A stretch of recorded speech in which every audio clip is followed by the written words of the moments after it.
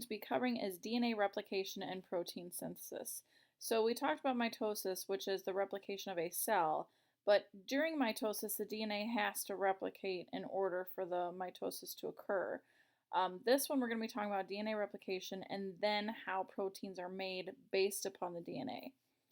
So some complex stuff, but you'll be just fine. As an intro, there's a video posted to Google Classroom. You're more than welcome to watch it. I'm not going to make it a required thing, but I suggest watching it. It's pretty cool. They make some models of different biological pieces. So this one right here is the double helix of DNA. And then if you go further, it actually gets into the chromosomes, what the chromosomes would look like. And this portion talks a bit about mitosis. So like if you watch that, it'll kind of take you through what mitosis looks like. All right. So back to the notes. Okay, so history of DNA. It took time for them to figure out what was involved when it came to DNA. So first of all, we had Frederick Griffith in 1928. He's the one who discovered that a heat-killed virulent bacterial cell can transfer its DNA to other cells. So, and this is called transformation. So here we have a rough strain, which is non-viral. Non-virulent means that it does not have a virus in it. And when it was injected into the mouse lived. But when we had the smooth strain bacteria, which was virulent or virus, it can harm them, it ended up killing the mouse. Okay? Then we have this heat-killed smooth strain. So in other words, the bacteria was heated up such that it would kill it and make it ineffective. And when that was injected into the mouse was still able to live because the heat killed the bacteria and thus it could not end up infecting the mouse. Here we have an odd situation where we have rough strain, which was the stuff that did not kill the mouse. And then we have the smooth strain, which also did not kill the mouse. But because the heat killed bacteria, so the orange ones, were able to transfer their genetic information to the healthy rough strain bacteria, when this was injected into the mouse ended up dying. So it's all because of transformation, the fact that the orange bacterial cells here transferred its genetic material into the blue cells, into those blue bacteria, and when injected into the healthy mouse, the mouse ended up dying. Because even though the heat-killed smooth strain was not effective, it transferred its DNA to the rough strain, which then made that infect the mouse. Okay, so Oswald Avery in the 1940s wanted to determine what was causing the transferring that happened in Griffith's experiments.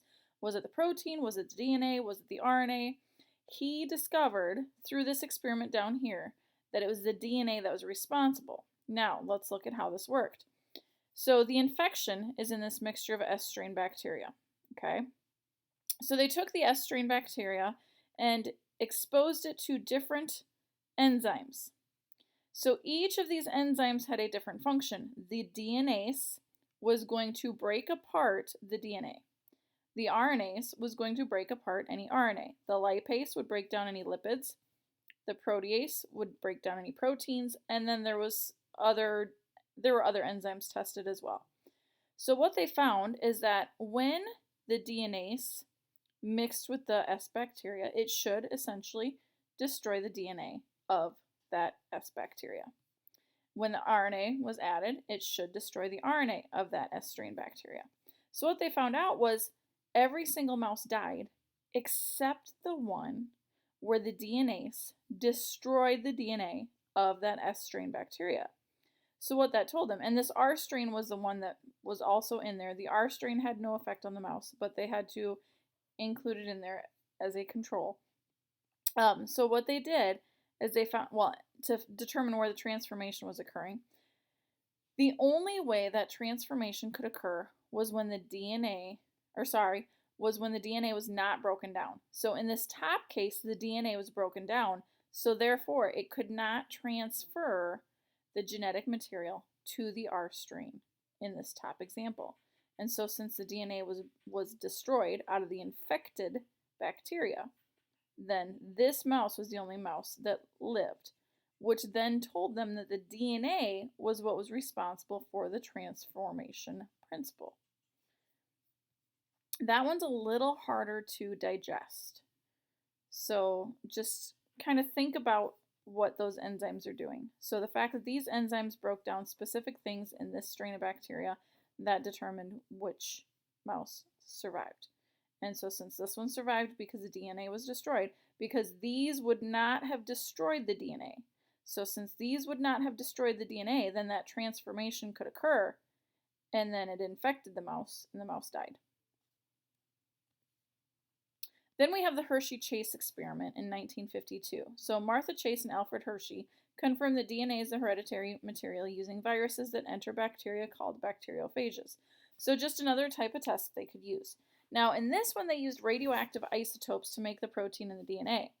So you'll notice that here we have a protein coated and radio labeled, so it had a protein coat, that's what the red's demonstrating, and it was radio labeled. So in other words, it had an isotope on it that could be picked up through like radioactive activity, and they could sense whether it was present or not. So the protein-coated bacteria infected the cell, but then afterwards there was no radioactivity. Now, when they had one that had the DNA infected, the bacteria then then it infested this one, and the DNA was transferred. So that right there tells us, because the radioactivity was in the cells, then the DNA was transferred.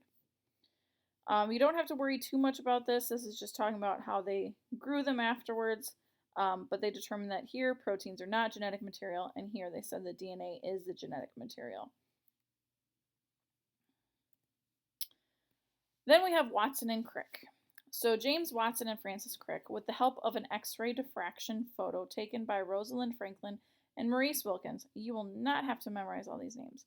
Watson and Crick are the important ones. They were able to determine that DNA has a double helix structure.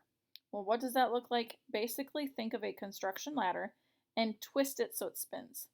That's what a double helix is going to look like.